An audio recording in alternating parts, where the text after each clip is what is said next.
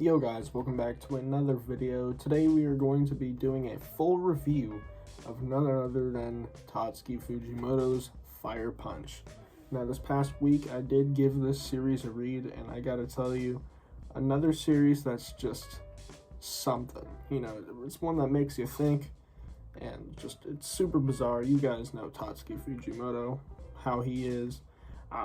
This of course being his first big work before Chainsaw Man, so there's that. And I'll be getting into like some of the relationships between Chainsaw Man and Fire Punch, just narratively, and just some personal opinion type stuff. I'll get into that too. But yeah, before we get into the review, I do want to tell you guys thank you so much for all the support on the last video, the Ybarra review. I was not expecting that video at all to do well. You know, I post my reviews, my manga reviews, and I expected to get maybe 50 views. Or if, you know, there's some of my manga reviews that have gotten pretty lucky where it's like couple hundred views. But this one blew up. I seriously gained like over 10 subs from it, which, I mean, sounds like it's not a lot, but for me it's pretty significant. Right now it sits at about 2.7k views, which is just ridiculous to me.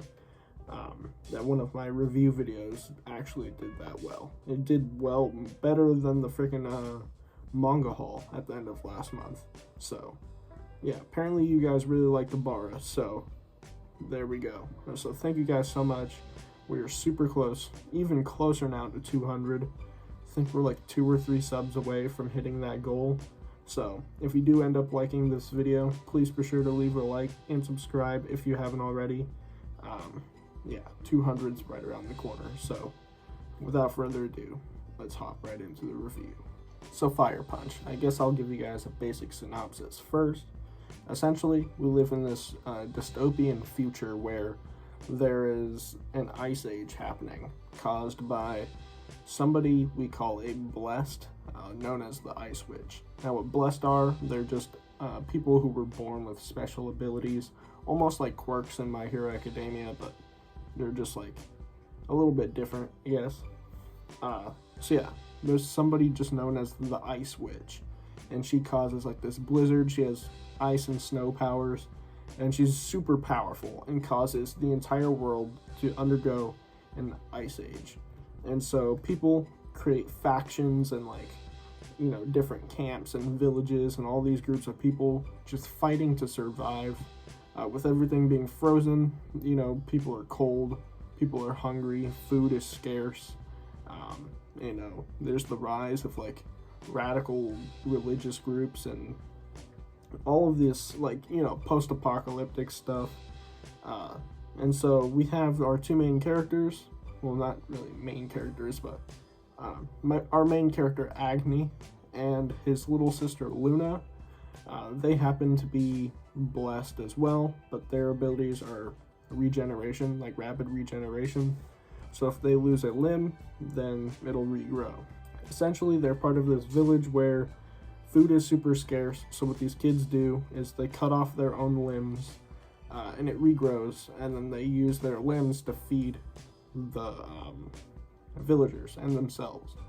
Basically, I mean, they're cannibals, but when it's like food is that scarce, people are just dropping like flies from starvation, and you've got essentially an infinite food source. You might as well use it.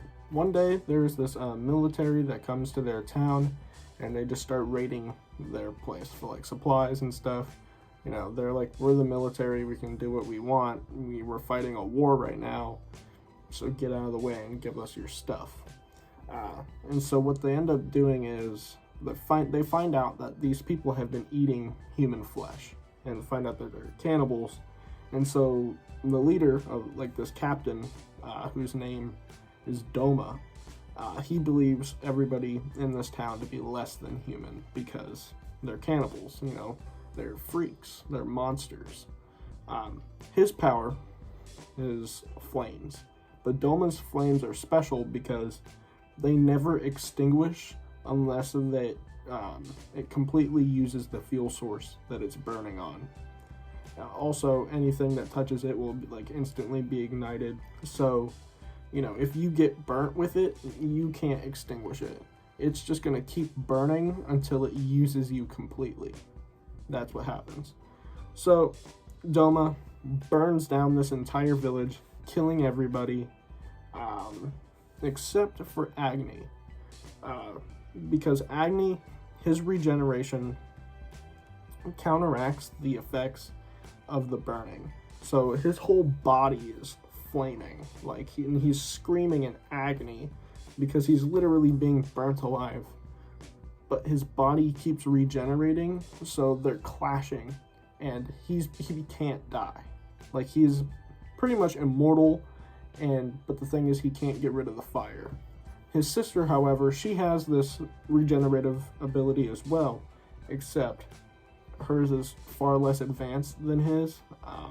It has been trained a lot less because Agni often would use his own body because he didn't want to inflict pain upon his sister by having her limbs chopped off.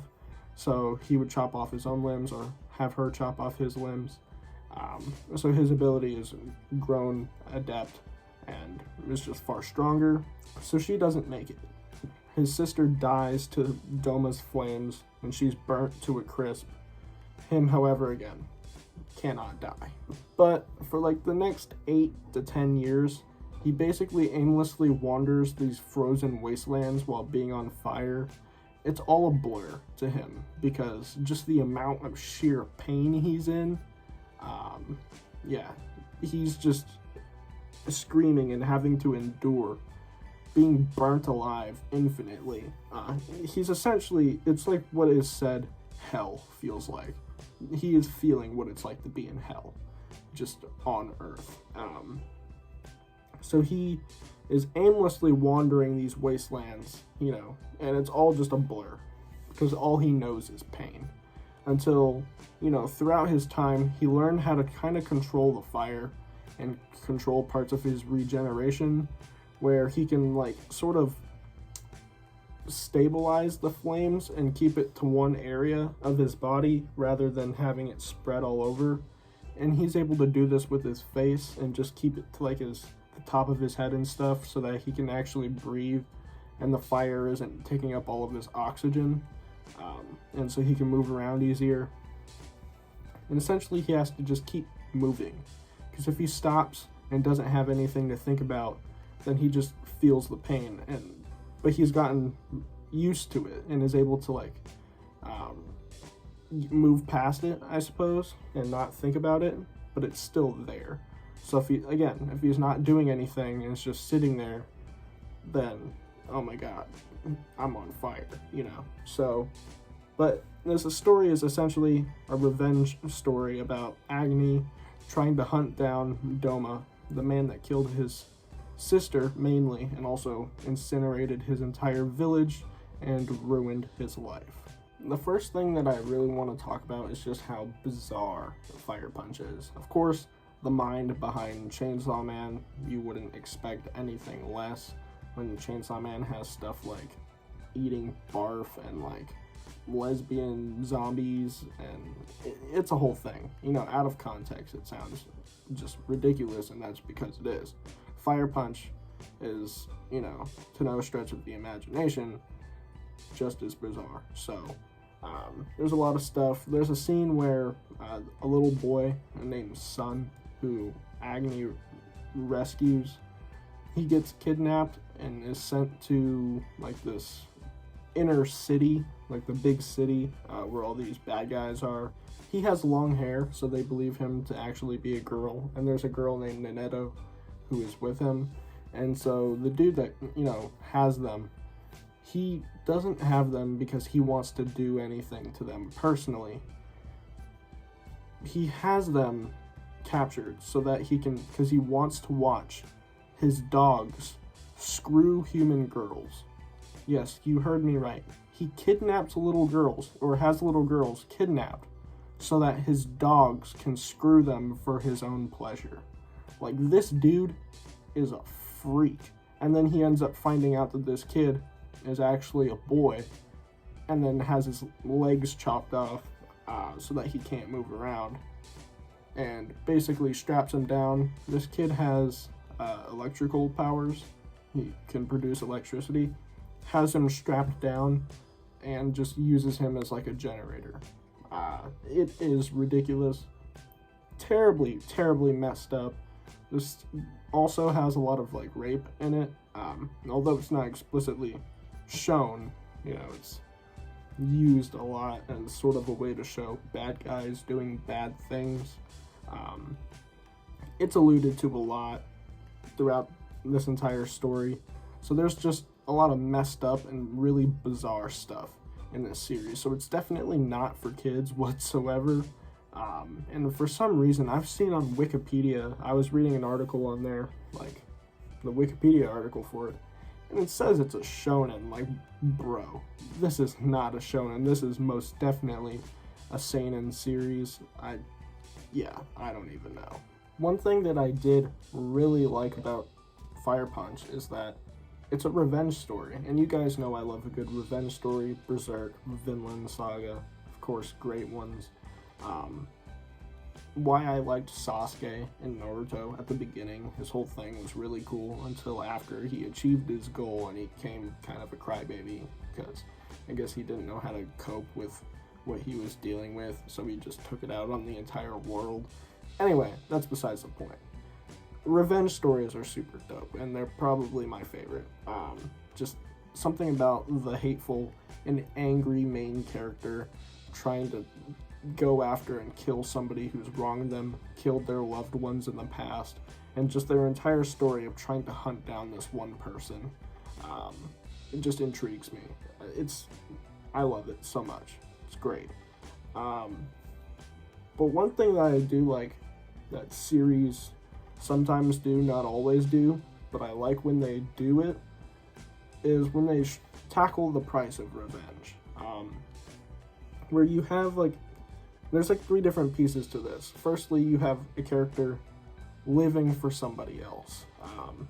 So again, this isn't really a revenge story, really, but like in Chainsaw Man, of course, Denji is living for Makima, pretty much, doing everything that she says he doesn't want.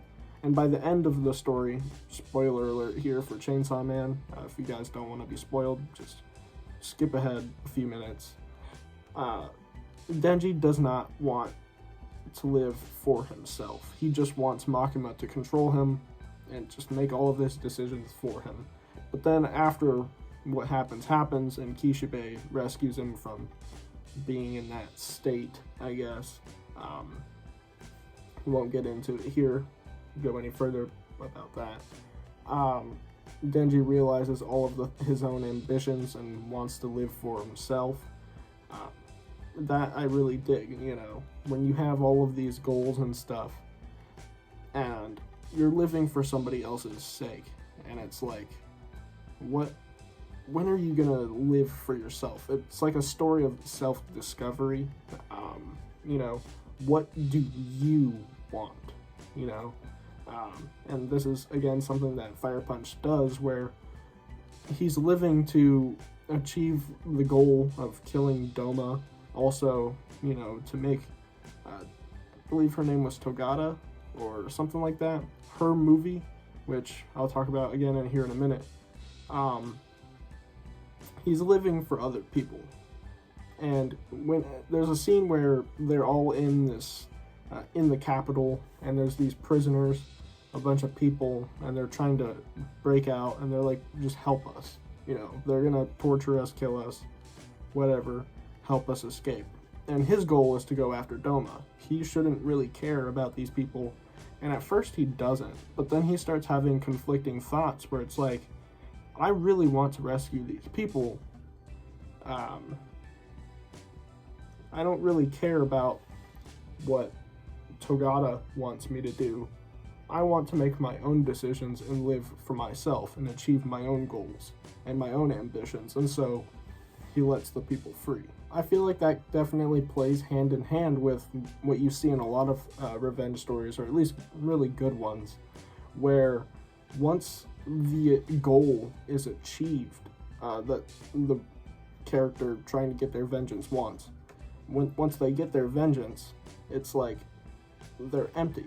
It's like, what was the point? What is the price I have to pay for my vengeance? If they dedicate their entire lives to this one goal, and not even just revenge stories, it's a common theme you see in them, but just in general, you see this in real life with people trying to get this one goal their entire life. Also, again, with Denji, he keeps increasing his ambitions over time. He starts low, and then realizes that that's not enough for him and continues to go. But there's another side to it where once you get that goal that you've been striving for, it's like, what's left? What's the point of life? You know, I have everything that I've ever wanted. Why should I continue to live? You know, which is again why you hear about a lot of super rich people who have it all, and a lot of super rich people struggle with severe mental health issues like depression, because they struggle to find purpose in life once they've achieved the biggest goals that they've ever wanted. Not only that, but with Agni, in his case, it's also like, again, what is the price of your vengeance? Where, of course, you know, he's only hunting after Doma, but that's not all the people he's killed. You know, he has killed countless and countless people to achieve his goal. And it's like, how many lives are you going to take just to achieve your one goal for yourself? You know, like, it's so selfish. So, like, how many relationships and people and just lives you're ruining for your one goal? And I think that all three of those things are kind of again, go hand in hand with each other, and it's something that Fire Punch does really well. It tackles those themes and like the morality of it all and the internal conflict of Agni as a character. And again, yeah, I think that was probably the most well done part about Fire Punch, in my opinion, and what really intrigued me the most. Again, I'm not somebody who's really for a lot of like the deeper aspects of manga. Like, I'm just there to watch people get beat up and explosions and titties, all that good stuff. That's what I'm here for. But again, with a revenge story, it's something that I vibe with a lot. So again, like the deeper elements of a revenge story, again, I vibe with. One of the last things that I do want to talk about is what I believe to be the weakest part of this entire story, and that, of course, is the ending. You know, I know for a lot of people the ending can make or break a series, and in a lot of cases that's true. Personally, I didn't think this ending was great. It didn't feel really fulfilling or satisfying, but it wasn't like terrible. I don't know. It was just kind of weak. But the rest of the story was quite good, so it didn't really matter too much to me. Although, you know, I would have liked to see it handled better. Anyway, I guess I should give a little bit of context because I didn't give like a full summary of the whole series. Basically, there's this chick named Judah who looks just like the main character, Agni, his sister, Luna. Of course, Luna is dead, and when we're first introduced to this character, Judah, we're led to believe that, oh crap, maybe Luna isn't actually dead and she didn't die, and instead, you know, she's now back. And Judah tried to kill Agni, so he's confused. He's like, whoa, Luna? What? You know? And that was a really cool plot twist where, you know, we're led on to believe, again, that Luna is actually alive. And that was really cool. If it actually did turn out to be Luna, that would be just awesome. And a great plot twist. Nevertheless, it wasn't. So, what-de-do. But it's kind of weird because Agni is obsessed with this chick, and because he believes it is Luna, or whether or not he actually believes it is Luna by the end, the whole reason he is going after her is because it looks like his sister. So what ends up happening a little bit earlier on in the series, I think around the halfway point, Agni is forced to fight Judah, and through these certain events, Judah ends up losing all of her memories and Agni loses his powers.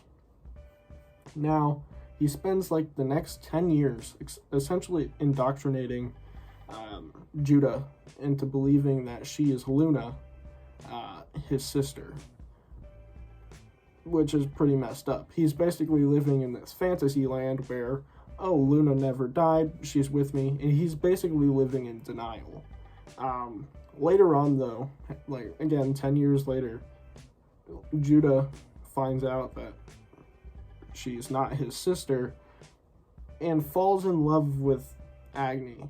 And then Agni kind of falls in love with her, even though the whole point why he liked her and why he's with her is because she looks like his sister. And so there's a whole scene. They proceed to bang. Again, he thinks that she's his sister.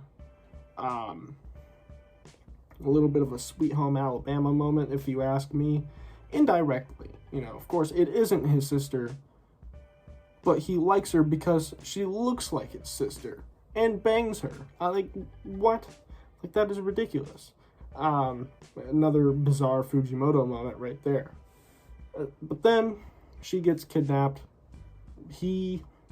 And she's going to be sacrificed by sort of the final boss of the series, who happens to be Sun, who was the kid that Agni rescued. He becomes like a fanatical cult leader who worships Agni as like the god of fire or some crap like that. Really cool that this kid who loved Agni and seemed a little insignificant at the beginning, especially after all this time skip stuff, he shows up and he's basically the father from Far Cry 5. Just a leader of this fanatical militant cult. Agni then realizes that, he's got to go after Judah, and so he gets his powers back and just starts murdering fools and fully adopts the name Fire Punch. That's sort of like a superhero name because he was originally trying to make a movie with Togata where he was the hero, and it plays into this whole thing where he's struggling to figure out whether or not he is the hero or the villain. Again, more of like that internal conflict and morality thing. He ends up saving Judah and killing Sun, killing a bunch of people, and then she erases his memory and lives as a tree to warm the earth and undo the effects of the Ice Age. So the earth is somewhat warmed now. We fast forward years later, like millions and millions of years, the world explodes. Like, humanity no longer exists. Agni is still alive, and he's just floating through space, and he just so happens to float into Judah, and they hug and fall asleep in space, and that's where the story ends. Like, it just kind of felt empty, I guess. I don't really know how to put it. I guess really, in the end, they found happiness, which that's cool. They don't have to deal with all this terrible stuff that was happening around them. But I mean, the entirety of humanity is gone. Literally, Earth is just a bunch of pieces of rocks in space now. Like, it's crumbled away. So it's like, what's the point? But they're happy, and they're immortal, and they're just together in space. So that is the ending of Fire Punch. I will admit that it's a little hard to understand, and it's a little hard for me to communicate exactly what happens just because of how weird it is. And there's a lot of it that I don't understand the best. So if you guys want more detailed explanation, I'm sure there's plenty of people out there who you can watch or read their articles and stuff to figure out exactly what happened, or read it for yourself, which is personally what I would recommend. It's a really good read. Not my favorite by any means. Chainsaw Man, for me, is still Fujimoto's best work. To me, it's a 10 out of 10. if I had to rate Fire Punch, I'd probably give it an 8 out of 10. There's a lot of things that I think Fujimoto improved upon in Chainsaw Man. Again, Fire Punch being his first work, or at least the first published big work, you know. So yeah, it was definitely a learning experience for him, and yeah, he improves a lot in Chainsaw Man, though there are some people out there who do believe Fire Punch to be superior, and to each their own. But yeah, Chainsaw Man is still better in my opinion. It's a good read, but yeah. Anyways, guys, that is going to about do it for my review of Fire Punch. I hope you guys did enjoy the video, and if you did, please be sure to leave a like and subscribe if you haven't already. I would greatly appreciate it. And yeah, if you guys did enjoy Fire Punch and have thoughts about it, please be sure to let me know in the comments or join my Discord. The link will be in the description of this video. Yeah, I'm open to discussion. I think that would be really cool. There's still, again, a lot that I feel like I don't understand the best. And I hope maybe I help a lot of you guys understand it better or open your eyes to other ideas. So yeah, let me know, and I'll catch you guys in the next one. Peace.